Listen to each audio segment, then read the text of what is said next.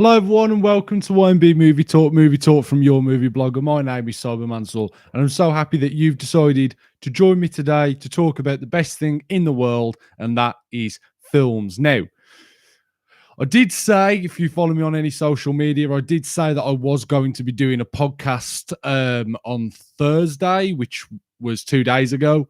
I was going to do a podcast then, but I thought I'm just going to leave it a little bit, wait for a couple bits of more movie news, and there's been a flood of movie news that has come out, let's say, over the past 5-6 days since I last did my podcast, which was on Monday. So there's been a lot that has been announced and a lot of that's been released over the past 5 or 6 days that I really want to talk about, guys. There's some great stuff in here that I can't wait to discuss with you guys. Some really big news, to be fair, going on in the world of film. Before I get into the topics, guys, please, it would be amazing. Obviously, if you're watching the live stream here on YouTube, get your questions into the show. If you want any movie related questions answered at the end of the show, please make sure to put the questions in the chat. Put them in the live chat, and I'll answer the questions at the end of the video. That would be fantastic if you could do that. And also, if you'd like to subscribe to my YouTube channel and also hit that notifications bell so you never miss any podcast in the future. So that would be fantastic. And with that being said, we're going to get on to the topics today that I want to discuss. Like I said, there's a lot to discuss today. So I don't know how long this podcast is going to be, but instead of having 4 topics, which I usually have, I've got 7 topics to talk about today, guys. So today's going to be a very busy podcast, but I'm very excited to discuss these topics, guys. So without further ado, let's get into it. The first topic that I want to talk about today, guys, is a bit of movie news that was announced a couple of days ago. Now, for any people who've watched my podcast from the start, one of the first topics I talked about was Venom. We talked about Venom 2 and the whole director situation that was going on there. Well, there's been more news released about Venom 2, and that piece of news is about Woody Harrelson returning as Carnage to be the main villain for Venom 2, guys. I'm so excited for this. Woody Harrelson's one of the best actors around right now. He first appeared in Venom, the first film, as Carnage in like a mid-credit scene. It felt really weird. It felt kind of out of place in a way. Didn't really fit what was going on. It was like I said, really out of place. Very weird. Completely tonally different than anything else we'd seen in that film. So there was some things in there which didn't really make a lot of sense with the whole Carnage situation. However, Woody Harrelson still is one of the best actors around right now. So as far as his talent is concerned, I have no doubts. I think when it comes to him working with Andy Serkis and being able to really explore this character and the character's motivations, I'm going to be excited to see how they do that. There's lots of things that they can do, but I'm just glad that Woody Harrelson is coming back as this character. I'm very interested to see if he plays it a little bit more seriously. I think in that mid-credit scene, it kind of gives this indication that he would be this not jokey type of character, but he's very cheesy, very over the top, which I guess is suitable for that character. However, I think in a film, I think you have to go a little bit of a different direction. I think Carnage will work brilliantly in a Venom film. And, it's a character that a lot of people have been waiting a long time to see. Carnage is one of the most famous Venom, villains. It's one of the most famous Spider-Man villains around. So to have him in there, to have Carnage in there, is going to be amazing, guys. It's like I said, it's one of those things that we've been waiting so long to see. Woody Harrelson, he said how excited he is to play this character again. How he's going to play this character. Like I said, he's going to be very interesting. Is he going to play it more serious? Is he going to play it, a little bit more reserved? We're going to have to wait and see on that. But just as, a piece of news that's been released, I think this is huge news. I personally didn't even think that Woody Harrelson would come back to play Carnage. Just due to the fact that I think the character, like I said in that mid-credit scene, I think it put a lot of people off. His portrayal of Carnage, I think certainly for me anyway, I don't know about anyone else, but for me, I feel like his portrayal of that character was going to be a little bit cheesy, a little bit over the top, and that's not really what I wanted for Carnage. I wanted Carnage to be a little bit more sinister, still being crazy and insane and whatever, but played with a little bit of nuance and a little bit of, reserved, a little bit of a reserved performance. It felt like Harrelson was going to go over the top with it, but it seems like he's not going to be like that. It seems like his portrayal is going to be, hopefully he's going to take it a bit more serious. Andy Serkis is a fantastic director, and he's bought. I mean, I'm interested to see now is Carnage going to be done through motion capture and through, I think that's obvious that's going to happen. I think now, how Woody Harrelson's going to play off Tom Hardy is going to be very interesting to see. I think Tom Hardy is one of the best actors around right now, as is Woody Harrelson. I think that those two together on screen, for a whole film is going to be very interesting. I'm interested to see if they're going to explore the whole relationship between the Venom symbiote and Carnage symbiote. How there's a lot of things that they can do there, and I think with Woody, I think they have one of like I said, one of the best actors around. It's really a no-brainer to stick with Woody Harrelson, and I think his performance is going to be very interesting to see, guys. But let me know your thoughts about Woody Harrelson returning for Venom 2 to play the role of Cletus Cassidy, better known as Carnage. Now, getting on to the second topic today, one of my most anticipated films for this year has been The Irishman, Martin Scorsese's big epic. Everyone's been looking forward to this film. It's been a film that's been in development now for quite a while. It was announced a long time ago, bringing back people like Joe Pesci, and there's like Al Pacino, Robert De Niro, basically every favorite of, just whack that then. Every favorite that you've ever had from any gangster film, whether it be Goodfellas, Godfather, Casino, whatever it might be, they are kind of in here. So for any fan of like 70s and 80s gangster films, I think this is going to be, the film that you've been waiting for, really. This is like kind of a dream film. It's like, it's kind of like the Expendables of gangster films in a way, having all these icons together. And it's going to be interesting. The first trailer came out. It looks, incredible. It's good to see De Niro and Pacino doing more serious work again. I feel like in the past couple of years, they're, most publicized and well promoted work has been, comedies and weird parody films, things like Grudge Match with Stallone, what De Niro did. Just kind of felt like he was just doing a parody of himself, and it just wasn't that good. He was great in Silver Linings Playbook, but that was like, when was that? 2012? So that was like 7 years ago now. So, same with Al Pacino. The last great film I remember him doing, probably Insomnia. And that was Insomnia's. I mean, well, he was in Once Upon a Time in Hollywood. Thinking about that, he was in Once Upon a Time in Hollywood, which was a good film. I thought it was a good film. Obviously, broadly, most people are, with the decision that Once Upon a Time in Hollywood is a great film. I am not one of those people who think that. I think Once Upon a Time in Hollywood is a good film, but it's definitely flawed in some areas. But I thought Al Pacino, he wasn't in the film in a very significant role, but the role that he was in, he was very good in there. So, but really, since his last great performance that I can remember was Insomnia. I thought Insomnia was fantastic. I thought Insomnia was definitely one of his best films that he's ever done. I think his work with Robin Williams, heavy worked off him, that kind of paranoid thriller that Christopher Nolan gave us there was fantastic, and Pacino was brilliant in that film. So it's like I said, I think it's been a long time since we saw Pacino at his best, and to see him team up with Scorsese, has he ever worked with Scorsese? I can't remember. I don't think he's ever actually worked with Scorsese before. So this is quite a big moment for film to see two legends team up together.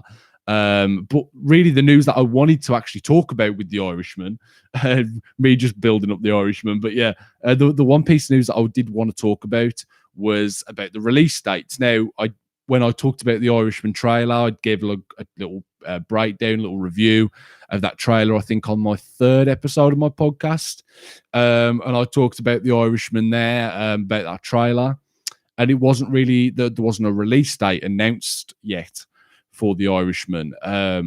Obviously, everyone, like a lot of people know now, it's coming out on Netflix. Netflix funded this film. It's like a $200 million production. It's it's a big film. It's huge. It's been released on Netflix and also having a little theatrical limited release in America. I don't know if it's getting a release in England. I'm hoping it does. I really hope it does, because I feel like this is a film you need to see on the big screen to really appreciate it properly. Whether you're going to get that or not is a it's a complete different story. I'd hope to think that we can get a little limited release in England, whether it's just for a week, or a couple of days. That would be fantastic. And I don't think this film will. I think people will like it being released on Netflix, but I don't think you'll get that full experience if it's not in the cinema. So the theatrical release, it's being released in America. Like, I have to say, this is being released in America on the 1st of November for a limited theatrical release, which I'm guessing will probably be a couple of weeks, maybe 2-3 weeks. That will lead into the Netflix release, which I'm guessing is worldwide, because obviously it's Netflix. It's a broad thing. They funded the film, so judging by their track record of when they release their original content, I'm guessing it will be released on this date, and that will be released on the 27th of November. So yeah, the limited theatrical release will be on the 1st of November, and then the film will be distributed via Netflix on the 27th of November. So it's all happening in that month for The Irishman. Like I said, I hope it gets a theatrical release in England. I don't know if it will come out in that November time. I don't know how that's going to work with Netflix, whether it will be released in November. It might be released a bit later in cinemas. We're just going to have to wait and see about that. But the actual release is no surprise to me at all. We knew it would be released sometime before the end of the year. I was guessing in December. I thought maybe December would be a good time to drop The Irishman. However, it is being released in November, and I think that's a great time to release it also. It's in that it's in Oscar season. It's right in the middle of Oscar season. The film's obviously going to be pushing for every award possible. The film looks fantastic. The performances look like they're going to be great. It looks like it's going to be well directed. The writing looks solid. I think this film is going to be an Academy Award juggernaut, 100%. I think it's going to go for those awards. And listen, if the film lives up to expectations, if it's anything close to the trailers or whatever else we've seen from this film, then I think it's going to be a really great experience. And I'm excited to see Netflix do more things like this. I think that sometimes Netflix brings out really strange original content, like things like The Kissing Booth and some of their like Adam Sandler things that they've been releasing. Obviously, they've got a deal with Sandler, but they need to do more things like this if they want to be taken serious as a production studio. They're going to have to start being a bit more smarter with their business. Obviously, Netflix, I think a couple of months ago, posted their losses, and their losses are not good. They're very low, in fact. So I think that's something that they're going to need to sort out, guys. I think they're, with The Irishman, they could have a juggernaut on their hands. And I think that's one way that, they're going to want to compete with things like Disney Plus and, Amazon Prime and Now TV. I think that's the way that you do that, is to get people like Scorsese or a Spielberg on board and produce and direct or whatever, and make original content on Netflix that will draw people in. I think The Irishman being released where it's been, in November, prime Oscar season, shows Netflix their ambition to push more towards trying to get Academy Awards and trying to get these things that they see that they have to get. I don't see, I think this year, listen, I'm surprised it didn't get a Venice release, just due to the fact that that's where a lot of the Academy Award films get shown. Joker's being shown there, I think, I want to say the end I think it's been shown now, actually. I think it's been shown up to the 7th of September at Venice. So that's obviously, we're going to have to wait to hear more reactions from that. I'm guessing there'll be an embargo with Joker. Same thing that will happen with The Irishman. I think there will be early screenings of The Irishman. There has to be. You know, for a film this big, I think Netflix will want to get the word out about it as quickly as possible. And I think the best way to do that is to have press screenings in that, you know, limited release that they're having in cinemas. But yeah, guys, I think the time that it's been released, I think, tells a big story about how Netflix see The Irishman and how they see this film being, and how they see it challenging for awards and more, you know, more so how this film is going to compete with other films in the area that it's been released in. So I'm very interested to see how this film performs as far as how much viewers it can get from Netflix, and also how it can push for this award season, because I think it's going to be a stacked year when we get when we get out of the year and we can kind of reflect and look back on the year.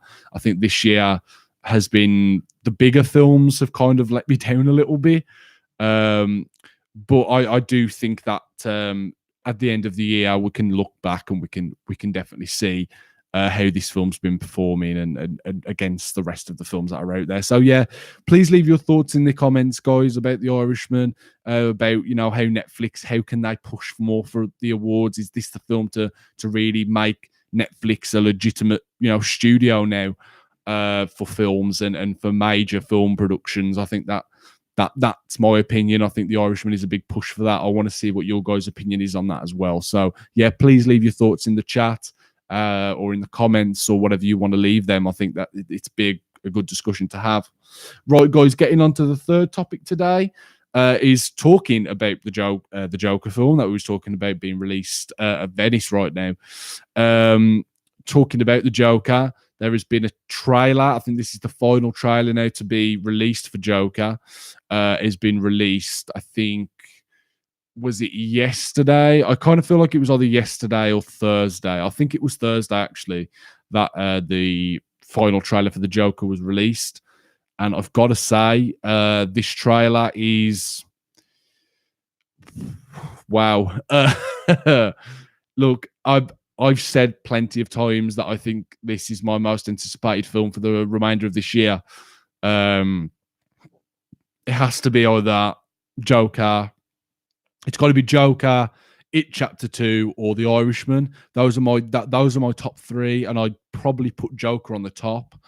The first trailer was very mysterious and played up the thriller elements that are going to be in this film. Kind of suggested towards things that are going to be very kind of haunting to see, with the whole relationship with Arthur and, you know, young Bruce Wayne that was shown in the trailer, which we didn't see in this one. But getting on to this new trailer, I think it's amazing. I think this trailer's a perfect way to market this film. I think a lot of people have some, you know, reservations just based on the fact that it's not going to have Batman in there. Like, it's not going to, you know, the Joker and Batman aren't going to be as tied together as they usually are. And I think for a lot of people, that's going to be a little bit weird and a little bit off-putting. And I can understand that. You know, I did see people in the comments on the trailer that was released on YouTube. I did see some people kind of feeling that this film would be a little bit of a risk. And I agree with that in some aspects, but I think it depends what you mean by a risk. I think if you're talking about financially, I don't think this film has much financial risk, to be honest. I can't really see this film being a failure. It has to be said. The film, you know, it didn't cost a lot to make, actually. I've just checked it there. The film cost $55 million to make, guys.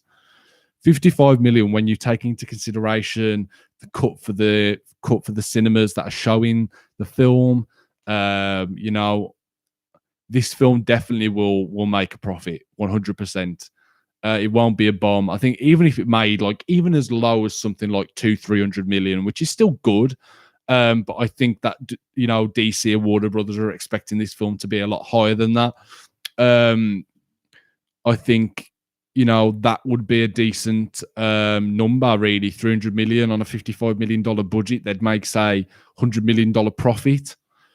Guys, you can't really go wrong with that. And I think this trailer will be a big reason why this film is successful. I think everything that you see, when you see Arthur Fleck do that, when you see Joaquin Phoenix do that Joker laugh, come on, God. That there, how he just does that laugh, kind of getting into character kind of thing, and then he just shuts down. That, it's so nuanced and so crisp of a performance that Joaquin Phoenix is doing. I've said for the longest time, I think Joaquin Phoenix definitely could get a Best Actor nomination for this performance. The Academy love Joaquin Phoenix anyway. He's been nominated various times, and I think this will be no different. I think his performance looks so intriguing. And when I say intriguing, I don't mean that it's going to be like something that we don't expect. I think this film will play on what we know as the Joker to be. I think all that, psychological thriller aspects to what the Joker is, I think will definitely be portrayed heavily in this film. His relationship with various other characters. We saw that TV host played by Robert De Niro. How he's going to kind of factor into the story, and how his relationship with Arthur Fleck is going to be, a big reason to see how he changes over time and how he becomes the Joker that we know, and that's going to be interesting to see. I think that if you're talking about the best villains out of any comic book property or any film property, really, the Joker is up there 100%. Probably not number one, but definitely if you're talking about the broad appeal of this character, a lot of people know this character, for one, and I think a lot of people will have a very strong opinion on this character, as they always are with the Joker. I think the Joker is one of the most controversial characters out there as far as actors. A lot of people love Jack Nicholson's role, but then, his performance in the original Batman film, but then a lot of people will say, his performance, it's just some overweight old guy. Jack Nicholson's just playing Jack Nicholson, then they have the whole thing with, Jared Leto and his performance, which I think is terrible, but a lot of people do like. So again, it's one of those things that, everyone has a different opinion. And also, my opinion is there that I think Joaquin Phoenix could be the best Joker ever. And when I tell people that, they just laugh at me because of the whole thing with Heath Ledger. And listen, I'm not an idiot. Heath Ledger's performance was incredible. It's one of the greatest performances of all time, 100%. But I think the one advantage that Joaquin Phoenix has over Heath Ledger is the fact that this is his film. This is Joaquin Phoenix's film. The film is centered around him, where in The Dark Knight, it was a Batman film. It was a Batman film with the Joker, where this is a Joker film. So there is a lot more opportunity for, the director and the actor and the writers to really go deeper into the psyche of this character and see what makes him tick, see what motivates him, see what makes him who he is. And you get a little bit of that in this trailer when you see him with the psychologist, his psychologist. I'm guessing it's a psychologist, but that's just my guess. When you see him in there and he's saying the whole thing about all you do is just ask the same things every day, you can see how this guy's going to go crazy. He already has mental issues, but then he just feels like people are just kind of passing him by in life a little bit. I can't wait to see this film, guy. I've got so many things that are going on in my head about this film. This is definitely 100% one of the most anticipated films of the year. It's coming out very soon now. It's not long until this film comes out. I think it comes out early October, I think. So, it's not long left now, probably just over a month. left until we can finally see this film. And when this film comes out, you know I'm going to be talking about the Joker. You know I'm going to be talking about this film when it gets released, because it's one of my most anticipated films. And I think releasing this trailer shows exactly why I'm so excited. You really get an understanding of this film and the tone that Todd Phillips is going for. This does not seem like a Todd Phillips film. It seems like it's directed by like Aronofsky or someone. It seems like a Darren Aronofsky film. When I'm watching it, it seems like, it doesn't seem like a Todd Phillips film for someone who's, you know, so known for doing comedy. You know, people say that comedians and people who understand comedy make the best, you know, dramatic work, because they can understand. A lot of comedians can understand the darkness in life, and they kind of try and counterbalance that with comedy. And I think Todd Phillips is showing that here. I think he understands, you know, people, and he understands people's emotions and how they can change. And I think that's going to be a big understand. I think that's why he was chosen, because he's a very solid comedy director, and I think he can transition well into that psychological, darker, dramatic kind of, you know, type of film. So that's going to be interesting to see. I can't wait for this film. I want to hear your guys' reactions to this trailer, so please leave them in the comments, and we'll have a little discussion about what you think this film could be like. You know, do you think this film could push for the awards? You know, can Joaquin Phoenix win Best Actor? All these things that I'm kind of proposing here. I want to hear your guys' opinions on that, because I think there's a lot to discuss about Joaquin Phoenix as the Joker. So yeah, guys, that's my third topic done today. Getting on to the fourth topic today, talking about one of the things that are in the title of this video, and that is talking about Angel Has Fallen. Now, I went to see Angel Has Fallen on Wednesday. I've not seen any of the, you know, the Fallen series or the Has Fallen series. I don't know what it's being called, but I've not seen any of them. I wanted to go and see Olympus Has Fallen when that first came out, but it was between that and White House Down, and I kind of picked White House Down, a film I don't actually think is very good, but, you know, a lot of people said White House Down is basically the better version of Olympus Has Fallen. But I never went to see it, so I can't give an opinion on Olympus Has Fallen or London Has Fallen. But I know a lot of people like them. They have their fans. Critically, the films have been, you know, destroyed by critics. All of them, including Angel Has Fallen, has been, I think it's got like a 39% or something on Rotten Tomatoes. So the critics aren't exactly very friendly towards this series. However, I'm going to go against the grain a little bit.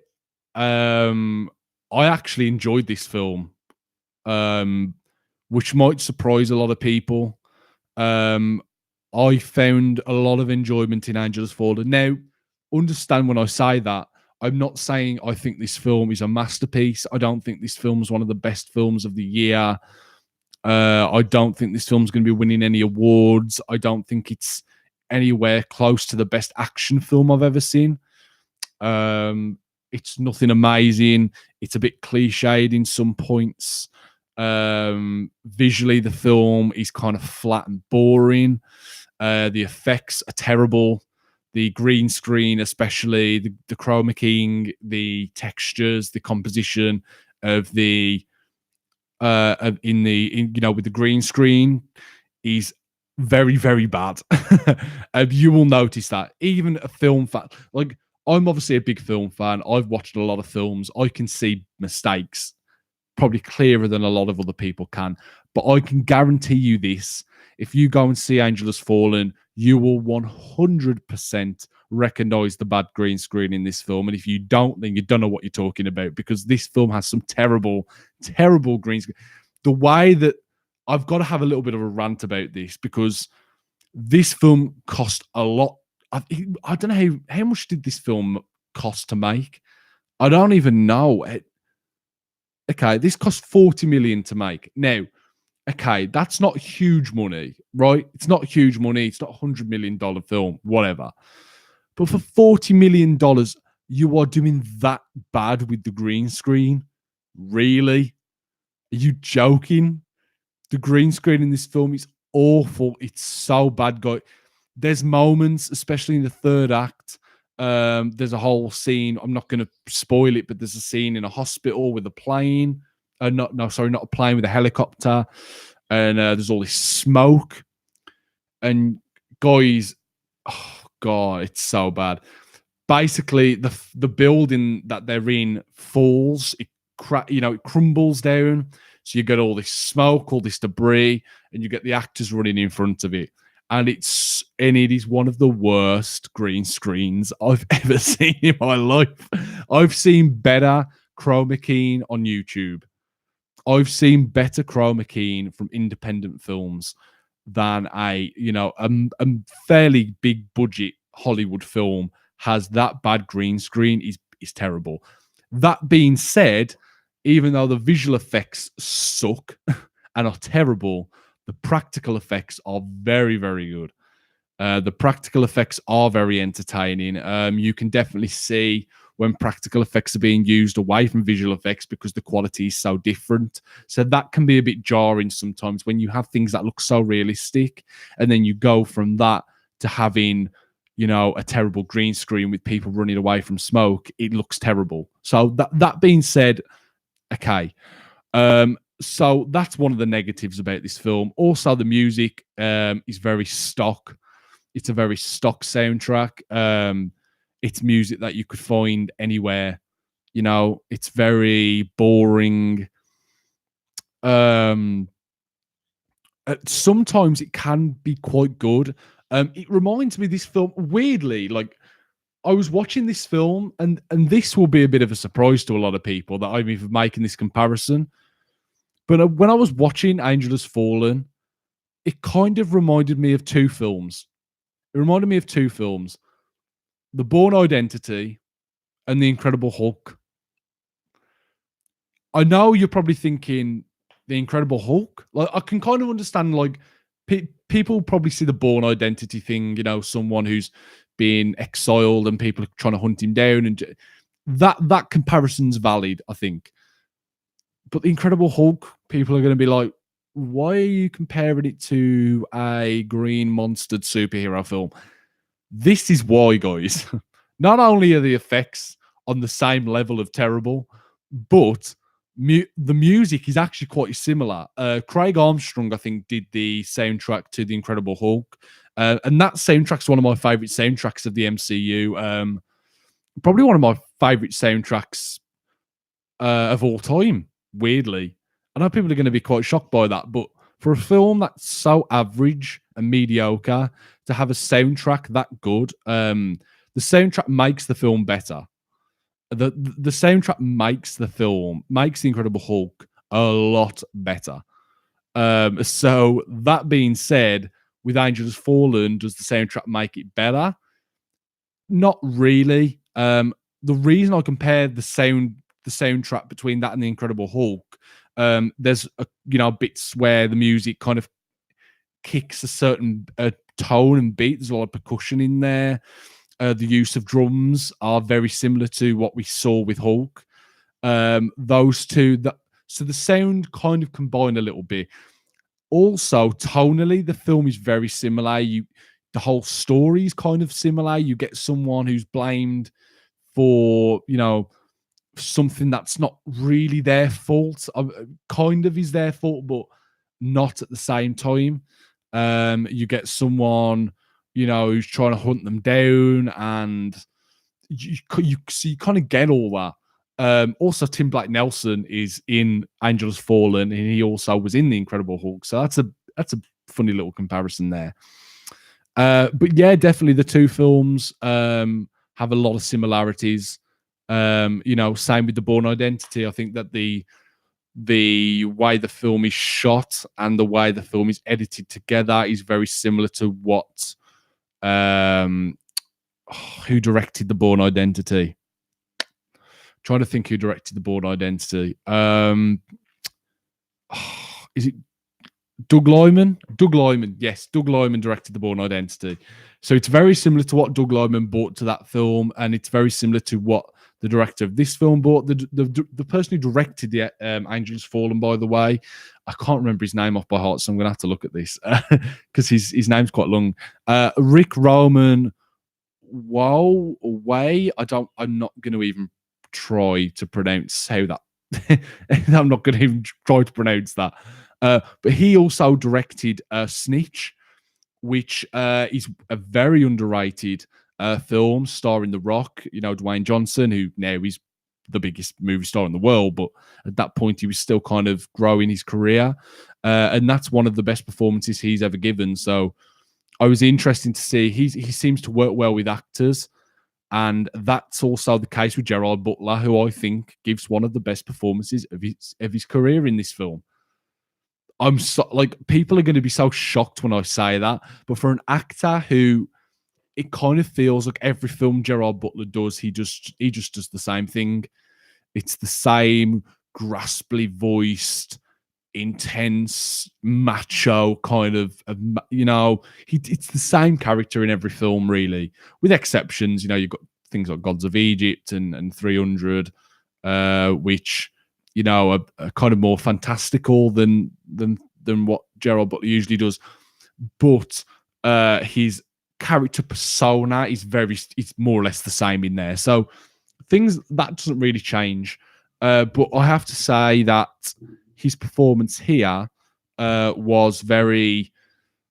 It had a lot of emotion, which surprised me a lot. Really, I wasn't expecting him to bring as much emotion and commitment and intensity to this role in this film. I wasn't expecting that.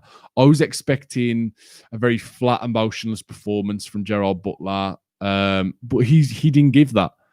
His performance was actually really good in this film. I think it was, like I said before, I think it's one of the best performances he's given in a long time.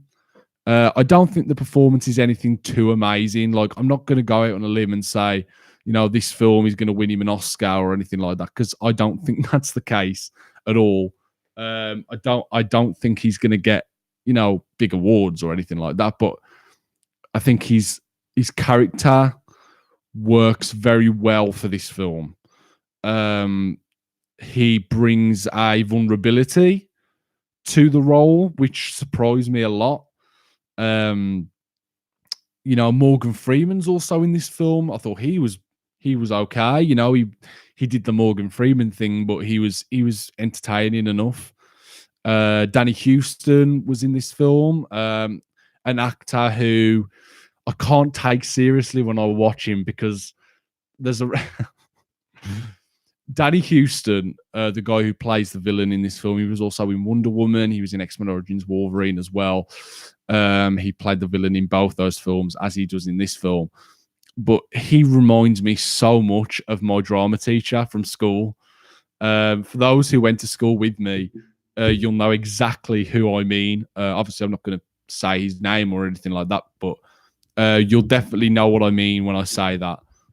He reminds me so much of my drama teacher. So whenever I see Danny Houston on screen, it kind of takes me at the film a little bit. Obviously, that's nothing he's done. That's not his fault, but I just can't get away from seeing my drama teacher. So that's a bit distracting, but that's my personal issue, that whatever. But he's actually pretty good in this film. He's a bit cheesy and over the top, as he always is, but he still does well for that role. He's still a decent fit for that role. The action is the best thing in the film, 100%. The action's very visceral and very intense. The stunts are very impressive, as you'd expect from this director. He was a stuntman, obviously, so you'd expect the stunts to be very strong, which they are. I'm very impressed with him, with this film. I've got to say, this is... I've heard a lot of people say that this is the best of the Has Fallen films. And even though I've not seen the other films, this is a very good film. I think it's a very good action film. I don't want to say it's a very good film, because I think it is very cliched in there. The old, rugged guy who doesn't want to do this anymore, but he's being drawn back into one more thing. We've seen this loads of times. And it is a very cliched story. However, I think it's played very well, and the twists in there are predictable, but I think the reason I liked it as much as I did was because I was expecting this film to be terrible. I was expecting pure trash. I was expecting this film to be awful, and it's not. It's a very mediocre, average action film. It's nothing amazing. It's nothing spectacular, but it does the job pretty well. And I enjoyed it. I felt, like I said, I found enjoyment in this film. So, yeah, guys, if you want to go and see this film, I would recommend it. I think there's a lot there's a lot you can find entertaining about Angel Has Fallen. There's a lot that you'll get out of this film. I think if you're looking for just a big dorm action film, I think you can go with a lot worse than Angel Has Fallen. Let's just say that. So if I was going to rate this film, I think I gave like Once Upon a Time in Hollywood like a 7 out of 10. So it's nowhere near the quality of that, but even though they're very different films. I'd probably give it like a solid 5 out of 10. That's what I give this film. I wouldn't give it any higher than that. I don't think, the way I kind of look at it is like a 5 is a middle of the road, bang average film. And then you get to 6, which is like, decent. It's above average. 7's a good film. 8's a great film. 9's like, a great film. And then, like a very great film. And then 10 is like one of the best films I've ever seen. So that's how I kind of look at it. And I give it 5. I think it's a very average film. It's nothing amazing. I don't think it's going to blow your socks off or anything like that. But for escapist entertainment, I think it's a pretty decent film to go and see. I think that there's enough good character work. The action's pretty good. So there's a lot to enjoy in this film.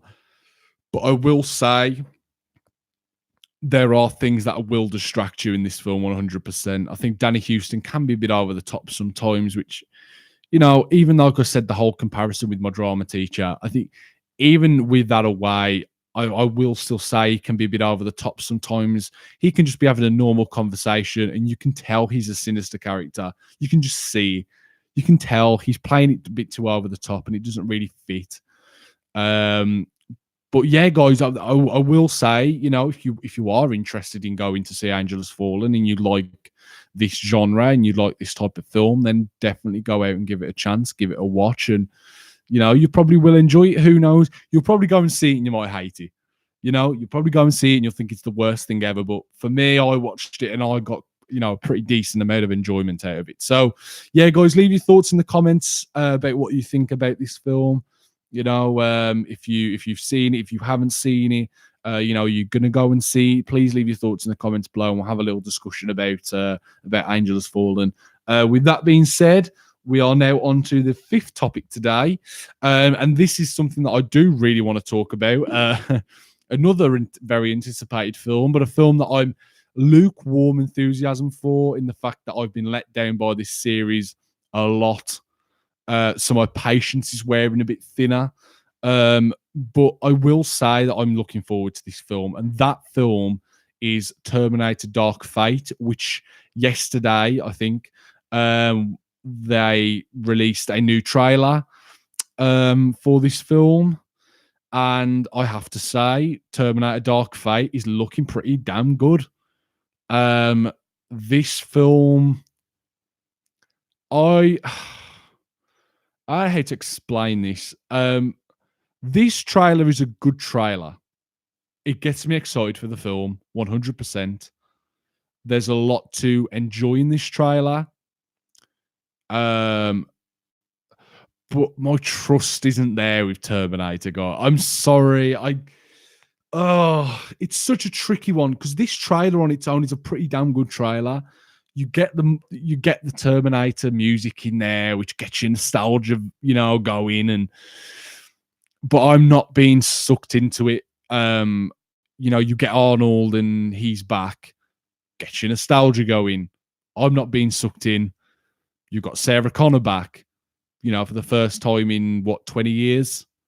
25 years, whatever it's been. I don't know, nearly 30 years actually, hasn't it? Yeah, it's been like nearly 30 years since we've seen Sarah Connor. So I'm still not getting sucked in with the nostalgia. I'm not letting them bait me in with this with this nostalgia. I'm looking at the film completely objectively, should I say. I'm looking at it for what it is. The film looks good. It looks good. The trailer, what I'm hoping is that they're not showing everything in this trailer. I know what this story is already by watching this trailer, which worries me a little bit. You know, Terminator has a bit of a history with spoiling things in trailers, whether it be Terminator Salvation, with showing the Sam Worthington character to be, you know, a hybrid of a human and a Terminator. And you get Terminator Genesis, which I fucking hate that film. And you've seen the trailer, the whole spoiler with John Connor, with him being a Terminator. It spoiled that in the trailer. There's nothing like that in this trailer. I just know the story, basically what it's going to be beat by beat. You know, you're gonna get reintroduced. There's gonna be, you know, at the start of the film, you're fighting off people. Then she's gonna meet up with Sarah Connor, and they are both gonna try and defend this new, you know, the new Sarah Connor in a way, and they're gonna have to fight off this. Then again, I am still looking forward to this film. You know, I'm still looking forward to see. There's a lot to still be excited for in this film. Visually, it looks pretty decent.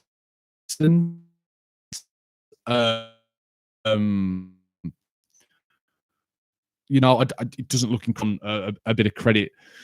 So yeah, it looks good in that aspect. It has to be said. However, I will say, you know, it's a film series that I'm losing a bit of patience with. It has to be said. I just want to check, guys, that this stream is okay, because I've just had a message from YouTube saying that the connection's a bit unstable. So I'm hoping that you can still, it's not affecting the quality of the stream. Let me just double check this. Am I coming through okay? Oh, okay. The video's a bit choppy, guys. I'm sorry about that. If you're watching this live, I am sorry about that. So hopefully that'll clear up a little bit. But yeah, I'm sorry about that, guys. The video is a little bit choppy, but hopefully my audio is still okay. But yeah, anyway, getting them back onto the Terminator Dark Fate thing. Like I said, I'm still looking forward to this film. The trailer is a decent trailer. It shows everything that you would expect from a Terminator film. The action looks pretty decent in there as well. So I'm excited to see how this film goes. I'm excited to see how people view this film. What its opening weekend's going to be like. You know, that'll be a good reflection of how well these trailers have done for this film. You know, will the opening weekend be strong, or will it be quite a weak opening weekend? I'm going to say, though, the opening weekend will be in that region of like 50 million. I don't, you know, people who are saying it's going to be like $100 million opening weekend, I don't see that. I think the Terminator series has, you know, really lost people's trust over time. It has to be said. I think people's trust has started to wane a little bit with this series. So that's something to think about. I don't think that's going to, you know, I think that's going to be a bit of a factor that's going to be played in there, that this series has lost a lot of people's trust. So even if the trailers are good, which this trailer is, will it still, you know, get people excited? I've got to say, guys, I don't know. I think it's definitely, I think without these good trailers, I think the Terminator Dark Fate film would probably open to like 30. So this film, I think, will overperform what I originally thought it would do, because the trailers have been quite good. But I don't think it's going to be as big as some people think it's going to be. But we're just going to have to wait and see on that. Hopefully, you know, the film can be good, because I've waited so long for a good Terminator film. I just want a good Terminator film in my lifetime. There's not been one. There's not been one good Terminator film since I've been alive. And I love Terminator. I love the first two Terminators, but they were released when I weren't even born then. I weren't even an idea then. So, that's how old this series is. It's been going forever. And the series is in very dire straits at the moment. We've got a bit of, good luck with James Cameron coming back, which excites me. He's coming back as a producer, so that's hampers it a little bit, but I'm still excited. I'm still excited for it. So hopefully it will be okay. Hopefully it'll be a good film. Fingers crossed. I'm praying on that. So yeah, guys, coming off from Terminator Dark Fate, we'll get on to the sixth topic today. And the sixth topic today is talking about the Obi-Wan Disney Plus series that's going on. The Obi-Wan series, I announced it on my podcast the other day. I thought, obviously, I was not at D23, so I was kind of getting news very sporadically. So I thought that it was going to be a film. And it's not actually. It's going to be a Disney Plus series with Ewan McGregor coming back as Obi-Wan. But the news about this series is that, one of the things that people have been wondering about the Obi-Wan series or film or whatever it is, people have been wondering, when is this going to take place? When is the Obi-Wan series going to take place chronologically? Is it going to take place before the Phantom Menace, seeing him become a Padawan and, all that, or will it take place in between episode 3 and 4, which was my guess? I was expecting it to be, in that area, and it turns out it's more or less bang on in the middle, right in the middle of episode 3 and 4, between Revenge of the Sith and A New Hope. So it's set right in between. Then it's set like 8 years after Revenge of the Sith. So I suggested we'd see a young Luke, because if you remember, Obi-Wan is, after he takes Luke to Tatooine, he stays there, and we get the whole legend of old Ben Kenobi in episode 4. So that will lead up to that. So I'm guessing this won't be Obi-Wan trying to, be going on missions or going on, exploring the galaxy, or I don't think it's going to be that. My guess is, if you're looking at the time frame for this series and where it's taking place, I'm guessing this will be a series about Obi-Wan. I think this will be a very character-heavy drama, which I think surprises a lot of people. I wouldn't listen. I'm saying that, and I still wouldn't be shocked if this series turns out to be an all-out action series. That would not surprise me one bit. If it turns out that this series is going to be a big action series, if you have Ewan McGregor and all these guys attached to it that are going to be, putting it in more action directive, a more action focused series, that wouldn't surprise me. But I just don't see how they would do that. If you look at the Obi-Wan in episode 4, it seems like he's been a hermit. He's not really, people are kind of afraid of him a little bit, and people see him as kind of like a crazy old wizard. So we have to kind of see how we get to that point. And I'm guessing that this series will plant that seed of how he gets to that point in episode 4. Obviously, he stays on Tatooine to look over Luke and look after Luke. Don't get me wrong, I think there will be action scenes in this 100%. Whether someone finds out about where Luke really is, and they go to kind of seek him out, and then, you have Obi-Wan protecting a young Luke or whatever it might be. I think that's a possibility. But I think the more likely direction that they will go with this will be more of a character study. I think it'd be interesting to see that. to see how he becomes the Obi-Wan that we know, in the later films, how he see that, to see how he becomes the Obi-Wan that we know, in the later films, how he's kind of this wise old man, because in episode 3, he's not that.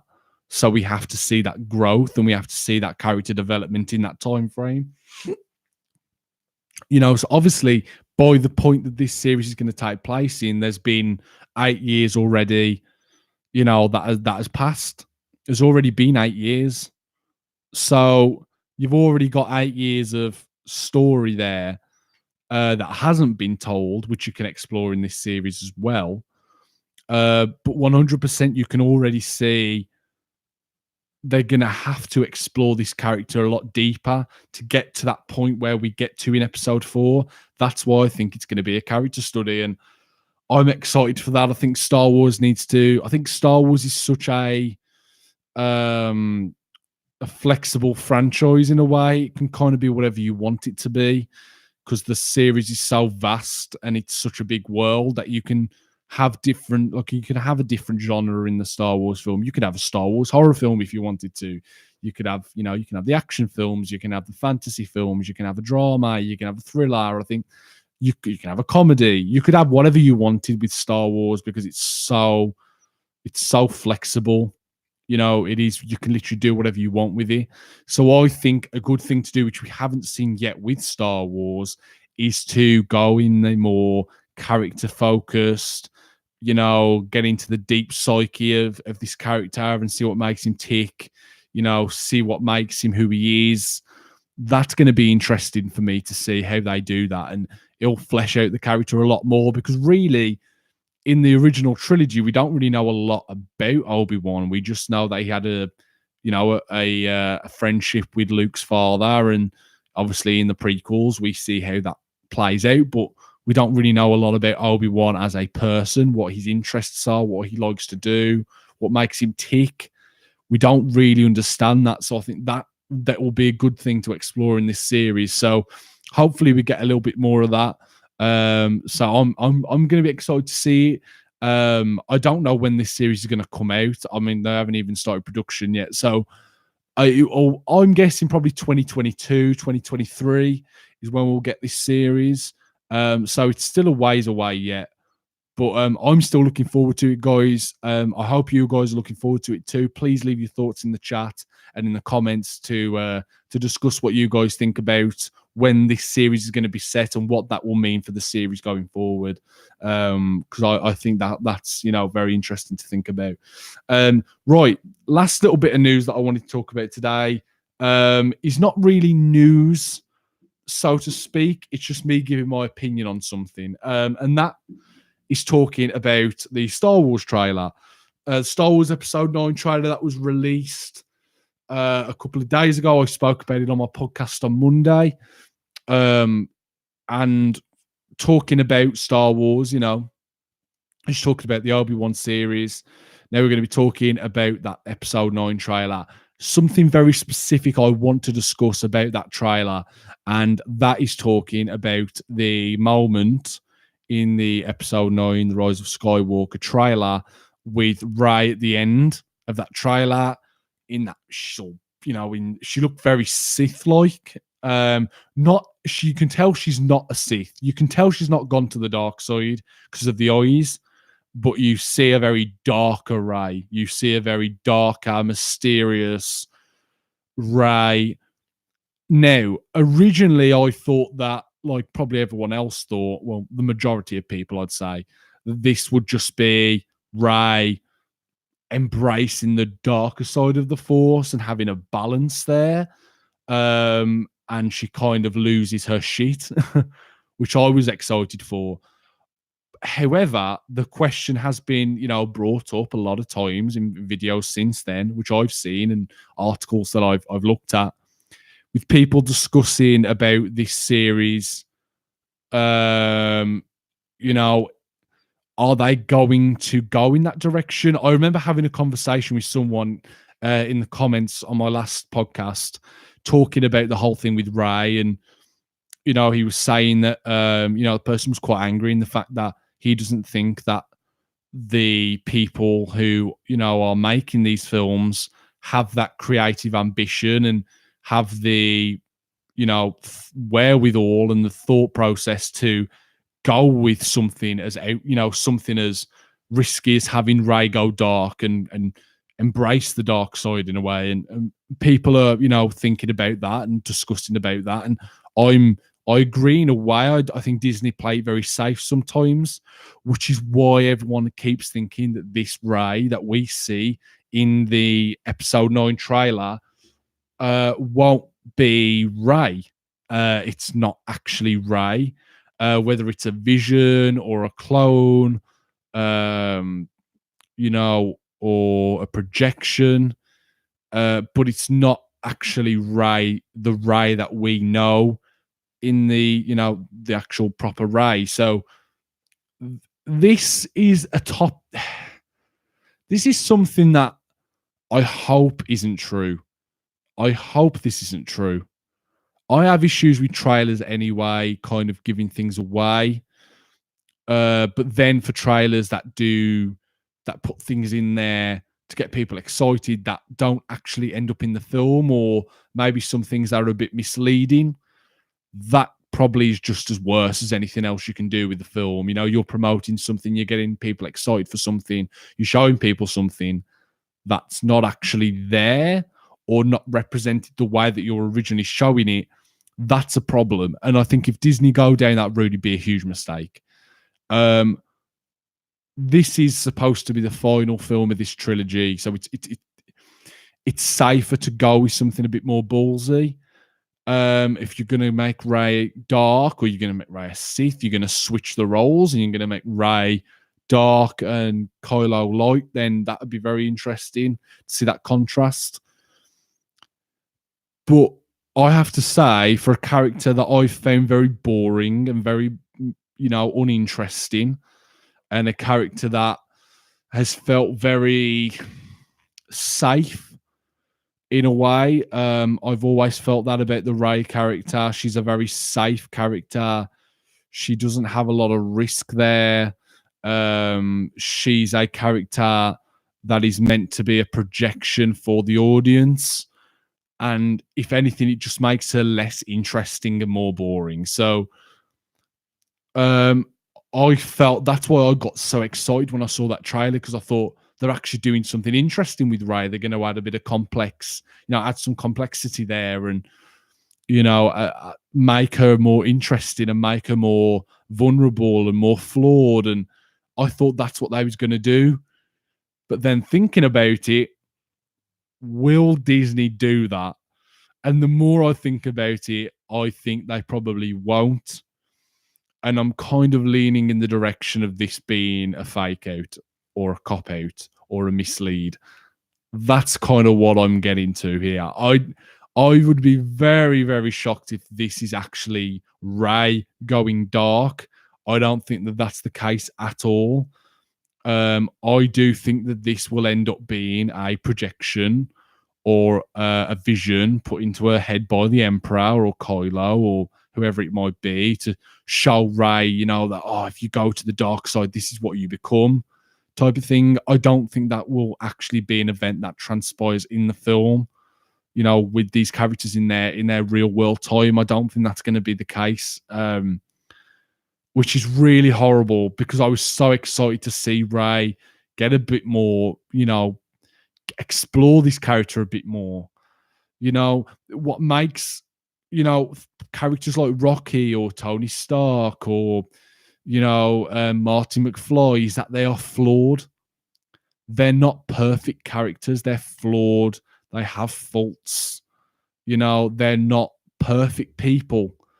And I feel that Rey is one of the reasons why she's so uninteresting and boring, is because she's perfect at everything.